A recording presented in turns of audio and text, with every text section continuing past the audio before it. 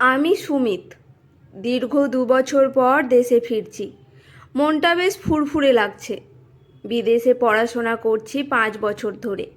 চাকরির সুযোগও পেয়েছিলাম, কিন্তু না, এত বছর ধরে দেশের বাইরে থেকে প্রাণটা হাঁপিয়ে উঠেছে আমার। এবার দেশের রিসার্চ সেন্টার এগুলোতেই কাজ করে দেশের উন্নতির চেষ্টা করব। বাবা অনেক দিন ধরেই বলছেন, বাবু পড়া শেষ হলেই ফিরে আয়। আমার এত বড় ব্যবসা, বুড়ো হয়েছি, এবার তোকে তো একটু হাল ধরতে হবে। আমি বলেই দিয়েছি, বাবাকে যে ব্যবসার কাজ বাবাই সামলাক, আমি অবশ্যই পাশে থাকব, কিন্তু সব দায়িত্ব এখন নিতে চাইছি না। মায়ের চিন্তার শেষ নেই আমার বিয়ে নিয়ে। প্রতি সপ্তাহে ডজন ডজন মেয়ের ছবি পাঠাই। কতবার মাকে বলেছি, এখন নয়, মা শুনতেই চায় না। এই ২ বছরে সবচেয়ে বেশি মিস করছি বাবা মাকে। ভিডিও কল করার সময় মায়ের হাসি মুখের আড়ালে চোখের কোণে জল দেখে ফোন রাখার পর আমিও চুপ করে বসে থেকেছি। মনটা ছুটে যেতে চেয়েছে মায়ের কাছে। এয়ারপোর্টে বাবা আমার জন্য গাড়ি পাঠিয়েছে। বাড়ি ফিরতেই মা বুকে জড়িয়ে নিল আমায়। তারপর সামনে সাজিয়ে দিল প্রিয় খাবারগুলো। এই খাবারগুলো যে কতদিন খাইনি। হাত ধুয়েই খেতে শুরু করলাম। মায়ের মুখে শান্তির হাসি। বললাম, মা, তোমার কাছে পাকাপাকিভাবেই ফিরে এলাম। আর দেশের বাইরে ঘুরতে যাওয়া ছাড়া যাচ্ছি না। তোমার হাতের খাবার এবার রোজ খাবো আমি। ফোনে নোটিফিকেশন ঢুকলো, বন্ধুদের হোয়াটসঅ্যাপ গ্রুপ। চেক করে দেখলাম আবিরের মেসেজ। এতগুলো বছর পর স্কুলের রিইউনিয়ন, সবাই আসছিস তো? আমি বেশ খুশি হলাম। এমনিতেই আমি সব বন্ধুদের সাথে দেখা করতেই চাইছিলাম। রিপ্লাই করলাম, আসছি। এরপর পরপর মেসেজ আসতে থাকলো। দেশে ফিরলি নাকি সুমিত? সব জানালাম ওদের। সবাই নির্দিষ্ট দিনে আসবে কথা দিল। নির্দিষ্ট দিনে স্কুলের সামনে দাঁড়িয়ে চোখটা ছলছল করে উঠল। কত স্মৃতি এই স্কুলকে ঘিরে। স্কুলে ঢুকেই স্যার ম্যামদের প্রণাম সারলাম। স্কুলের সুন্দর জ্যোতি ম্যামের চুলে পাক ধরেছে। আমাকে দেখেই বললেন, কি হে সুমিত, মনে পড়ে একদিন তুমি আমাকে ক্লাসে সবার সামনে বলেছিলে আমি নাকি সুন্দরী? এই বুড়ি ম্যামকে দেখে এখন কি মনে হচ্ছে? আমি হেসে বললাম, ম্যাম, চুলে পাক ধরলেও আপনি সুন্দরীই বটে। যেহেতু আমার সিনিয়র, আমাদের ছোট ছোট ভাইরা এসে হাতে ধরিয়ে দিল গোলাপ আর কপালে পরিয়ে দিল চন্দনের টিপ। হেড স্যার হাসতে হাসতে বললেন, তোমাদের ৬ মূর্তির কথা কখনো ভুলবো না। যা সব কাণ্ড করেছো তোমরা, তা ভোলার নয়। আমাদের পুরনো সেই ক্লাসরুমে ৫ জন চুপ করে বসে পুরনো স্মৃতি রোমন্থন করছি। আমরা ৫ জনই আজ প্রতিষ্ঠিত। হঠাৎ মনে পড়ল রাজুর কথা, আমাদের ৬ মূর্তির একজন। খুব মিশুকে আর সৎ ছেলে ছিল সে। সোশ্যাল মিডিয়ার মাধ্যমে বাকিদের সাথে যোগাযোগ থাকলেও রাজু যেন হারিয়ে গেল কোথায়। স্কুল শেষের পর কলেজে ভর্তি হয়েছিল শুনেছিলাম, তারপর আর খোঁজ পায়নি। মৃণাল বলল, রাজুর কথা আর বলিস না সুমিত, সে এখন অপরাধ জগতের একজন। চমকে উঠলাম আমি। কি বলছিস মৃণাল? মৃণাল বলল, হ্যাঁ রে, বার কয়েক জেলও খেটেছে। চুরি ডাকাতি করে বলে শুনেছি সবাই। সবটাই শোনা। এক সময়কার আমাদের সরোজিনী বয়েজ স্কুলের ব্রিলিয়ান্ট স্টুডেন্ট আজ চোর। বিশ্বাস হতে চায় না। রাজু গরিব ছিল বটে, কিন্তু অসত্য ছিল না। বগল ফাটা সামাধরা জামা পরে ও দিব্যি আমাদের সাথে লেখাপড়া করত। একবার আমরা ৫ জন মিলে টাকা জোগাড় করে ওর জন্য একটা নতুন সাদা শার্ট কিনে দিয়েছিলাম। মনে পড়ে সেদিনও আমাদের বুকে জড়িয়ে নিয়েছিল। খুব খুশি হয়েছিল। টিফিনের 2টো মেরি বিস্কুটটাও ওর কখনো একা খেত না। এক টুকরো করে আমরাও পেতাম। একবার স্কুল থেকে বেরিয়ে চোখে পড়েছিল এক ছোট্ট কুকুরের ছানাকে। একটা গাড়ি ধাক্কা মেরে বেরিয়ে গেছে বোধহয়। যন্ত্রণায় ছটপট করছিল সে। তখন পরম মমতায় ওই রাজুই বুকে তুলে নিয়েছিল তাকে। মায়ের জন্য টিফিন বক্সে গুছিয়ে নেওয়া সরস্বতী পুজোর নিজের ভাগের খাবারটাও রাস্তার পাশে বসে থাকা ভিখারি বৃদ্ধাকে হাসি মুখে দিয়ে দিতে দেখেছি। আর সেই রাজু কিনা চোর। অনুষ্ঠান শেষে সবাই ঠিক করলাম রাজুর বাড়ি যাব। আমার গাড়িতে করে 5 জন মিলে খুঁজতে খুঁজতে চললাম রাজুর পুরাতন ঠিকানায়। কয়েকটা পাড়া পেরিয়ে গাড়ি রেখে অলিগলি দিয়ে হাঁটতে হাঁটতে আমরা 5 জন চললাম। আমাদের পরনে দামি শার্ট, ব্লেজার, বুট। বস্তির লোকজন বেড়ার ফাঁক থেকে আমাদের দিকে অবাক হয়ে তাকিয়ে আছে। দেখে খুব খারাপ লাগলো। একবার এসেছিলাম বহু বছর আগে রাজুর বাড়ি। সেদিন রাজুর মা পায়েস বানিয়ে খাইয়েছিল। জিজ্ঞাসা করলাম, রাজু দাসের বাড়িটা কোন দিকে একটু বলবেন? একজন বলল, কোন রাজু? এই বস্তিতে তো চোর রাজুই থাকে, তাকে কি আপনারা খুঁজছেন? বুকটা যেন মোচড় দিয়ে উঠল। বললাম, হ্যাঁ। লোকটা বলল, তা বাবুরা আপনাদের কিছু চুরি গেছে নাকি? বললাম, না, বাড়িটা দেখিয়ে দিন। লোকটা আবার বলল, আপনারা কি পুলিশের লোক? ও তো 12 জেলও খেটেছে। আমরা 5 জন এগিয়ে গেলাম রাজুর বাড়ির দিকে। দেখলাম বেড়ার ধারে বসে রাজু ভাত রাঁধছে। আমাদের থেকে অবাক হয়ে তাকিয়ে রইল। আমি প্রথম বললাম, কিরে রাজু, 5 মূর্তিকে চিনতে পারছিস?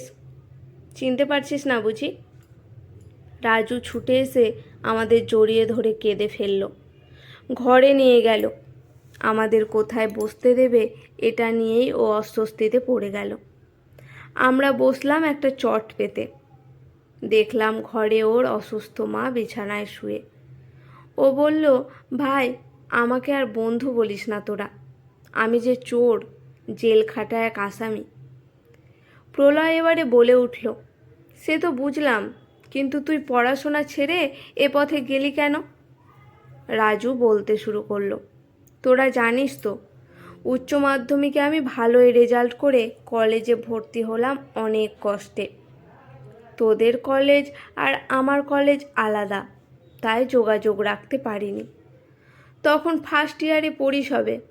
জানিস তো, বাবা একমাত্র রিক্সা চালিয়ে রোজগার করত। বাবার অ্যাক্সিডেন্ট হলো। সরকারি হাসপাতালে ভর্তি করলাম। অপারেশনটা হয়ে গেল, কিন্তু দামি দামি অনেক ওষুধ লিখলো ডাক্তারবাবু। না হলে বাবা অস্বাভাবিক থেকে স্বাভাবিক হবে না কখনো। আমার এদিকে সব টাকা শেষ। বাড়ি গিয়ে হাত পাতলাম, কেউ সাহায্য করলো না। আমি মরিয়া হয়ে উঠেছিলাম। হয়তো তোদের ঠিকানা ঠিকঠাকভাবে জানলে তোদের বাড়িতেই চলে যেতাম হাত পাততে। 2 দিন বাবা ওষুধ পায়নি। একদিন ভোর রাতে দত্তদের বাড়ি গেলাম। ওদের অনেক আছে। বাবার রিক্সাটা চালিয়ে যে টাকা জোগাড় করব তাও হলো না। দত্তবাবু মিথ্যা দাবি করলেন বাবার রিক্সাটা নাকি ওনার কাছে বাঁধা রেখেছেন, তাই কেড়ে নিলেন। সেদিন রাতে রিক্সাটা নিয়ে পালিয়ে আসতে গিয়ে ধরা পড়লাম। জেল হলো। ওষুধ না পেয়ে আর আমার চিন্তায় চিন্তায় বাবা মারা গেল। জেল থেকে ছাড়া পেলাম যখন, তখন আমার পরিচয় হয়ে গেল আমি চোর। এখন এই অসুস্থ মাকে নিয়ে আমার সংসার। মা উঠে বসতেও পারে না। কাজের চেষ্টা করেছি, চোর তো, তাই কেউ বিশ্বাস করে কাজ দেয়নি। মাকে বাঁচিয়ে রাখার জন্য কয়েকবার চুরি ছিনতাই করেছি, ধরাও পড়েছি 2 আমি চোর রে, চোর, জেল ফেরত একজন আসামি। আমাদের সবার মুখ বিষণ্ণ। আমরা আজ বুঝতে পারছি মানুষ অপরাধী শখ করে হয় না। অভাবের জ্বালাও মাঝে মাঝে সমাজে অপরাধী তৈরি করে। আর একবার অপরাধীর তকমা পেলে কেউ তাকে বিশ্বাস করে না। খেটে খেয়ে শুধরে যাওয়ার সুযোগও দেয় না। তাই অপরাধ বোধে ভুগেই তারা পাকাপাকিভাবে চলে যায় অপরাধ জগতে। আজ আমার বন্ধুর মতো কত মানুষ এমন আছে, কাছ থেকে জানি না বলেই হয়তো জানতে পারি না। কত অপরাধী, কত অসহায় হয়ে এই পথে নামে। ফেরার সময় আমরা সবাই মিলে 20,000 টাকা হাতে দিলাম রাজুর, ওর মায়ের চিকিৎসার জন্য। ও প্রথমে নিতে চায়নি, তখন আমরা সবাই এক এক করে সাথে সাথে বলে উঠেছি, বিপদে বন্ধু তো বন্ধুর পাশে থাকবে। আসার সময় ওর হাতে দিয়ে এসেছি বাবার কোম্পানির একটা কার্ড। বলেছি যেদিন হোক অফিসে গিয়ে বাবার সাথে দেখা করতে চেয়ে নিজের নাম বলিস, আমি তোর কথা বলে রাখবো। তারপর সবাই মিলে বিদায় নিলাম। আর হ্যাঁ, আমরা কিন্তু রাজুর হাতে চা খেয়েছি। বাড়ি ফিরে বাবাকে সব বললাম বুঝিয়ে। আমার বাবা চিরকাল একজন বুঝদার মানুষ, সব বুঝলেন। কয়েকদিনের মধ্যেই রাজু বাবার সাথে দেখা করলো। বাবা একজনের দায়িত্ব দিলেন রাজুকে কম্পিউটার থেকে শুরু করে ব্যবসা সংক্রান্ত সব শিখিয়ে পড়িয়ে দেওয়ার। মেধাবী রাজু 1 মাসের মধ্যে প্রায় সব কিছুই রপ্ত করে ফেলল। ও মাঝে মাঝে আমাদের বাড়িও আসে। বাবা আস্তে আস্তে শুরু করলো ওকে ছোট ছোট দায়িত্ব দিতে। ও সততার সাথে সব দায়িত্ব পালন করলো। একদিন বাবা যখন বলল, বাবু তোর বন্ধুটি একজন রত্ন, আনন্দে আমি বাবাকে জড়িয়ে ধরলাম। আসলে যে মানুষগুলোকে কেউ কখনো বিশ্বাস করেনি, সেই মানুষগুলো সম্মান দেয়নি, ভালোবাসেনি, একবার সেটা পেয়ে গেলে তারা কখনোই তা হারাতে চায় না। 2 বছর কেটে গেছে, রাজু মাকে হারিয়েছে। আমার মা রাজুকে খুব ভালোবাসে। এখন বাবার ব্যবসার সমস্তটা রাজু দেখাশোনা করে। সততার সাথে কোটি কোটি টাকা লেনদেন করে। বাবার বিশ্বস্ত ম্যানেজার সে। বাবা একটা ছোট্ট ফ্ল্যাটের ব্যবস্থা করে দিয়েছে, একাই থাকে সেখানেও। বেশিরভাগ দিন আমার মায়ের হাতেই খায়। রাজু মাঝে মাঝে বলে, কত আর রিসার্চ করবি ভাই, এবার কাকুর ব্যবসার দায়িত্বটা তুই নে। আমি হেসে বলি, তুই তো আছিস, চিন্তা কি। রাজু নিজের মাসের মাইনের বেশিরভাগ টাকা দুঃখী মানুষদের দান করে। রাজুর বস্তির বহু গরিব ছেলে মেয়ে পড়াশোনার খরচ রাজু চালায়। আমাদের রাজু আগের মতোই দয়ালু। আসলে ভালো মানসিকতা কখনোই বদলায় না। বস্তি তো এখন রাজুর পরিচয় চোর হিসাবে নয়, গরিবের ভগবান রাজুবাবু হিসাবে। রাজুর ঘরটা এখন কয়েকজন আশ্রয়হীন বৃদ্ধার মাথা গোঁজার ঠাঁই। আসলে ডাকাত রত্নকরকে আমরা কজন চিনি? রামায়ণের রচয়িতা বাল্মীকিকে কিন্তু আমরা সবাই জানি। আমাদের চারিদিকে এরকম অনেক মানুষ আছে যারা চরম দরিদ্রতার শিকার হয়েও অপরাধ জগতে আসে। আর শাস্তি পাওয়ার পর যখন তারা শোধরাতে চায়, আমরা তাদের অপমান আর অবহেলা করি। কিন্তু যদি আমরা তাদেরকে সম্মান দিই, ভালোবেসে সাহায্যের হাত বাড়াই, সমাজে অপরাধীর সংখ্যা কিছুটা হলেও কমবে। আর কিছু মানুষ ভালোভাবে বাঁচবে আর নিজেদের স্বপ্ন পূরণে সক্ষম হবে। আজকের গল্পটি এখানেই সমাপ্ত। গল্পটি শুনে যদি আপনাদের ভালো লেগে থাকে, আমার চ্যানেলটি সাবস্ক্রাইব করে একটি লাইক করে আমার পাশে থাকবেন।